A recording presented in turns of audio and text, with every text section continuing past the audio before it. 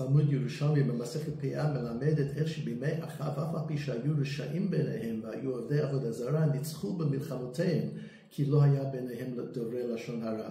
ובימי שאול המלך בסופו אף על פי שהיו אנשים גדולים ותלמידי חכמים נפלו לפני אויביהם בגלל הלשון הרע שדיברו אז באותו זמן. אנחנו יודעים מה שקרה בשמחת תורה אחרי שנה של שנאה ושל מחלוקת ושל לשון הרע במדינה שלנו. אני מבקש מכל אחד מאיתנו להפעיל לחץ על הפוליטיקאים ואנשי התקשורת, להפסיק מלהפיץ שנאה בין אחים, להפסיק מלדבר לשון הרע. אם אתם צריכים להתנגד, תתנגדו לשיטה ולא לאדם. אם אתם צריכים להשפיל, תשפילו את המדיניות ולא את האישיות. כי רק אם אנחנו ביחד ננצח, ביחד הפירושו כאחים, שאנחנו עובדים ואוהבים זה את זה, ועובדים יחד זה עם זה. בלי הלשון הרע ובלי השנאה, רק ככה באמת ננצח.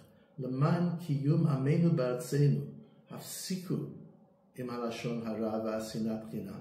הפסיקו.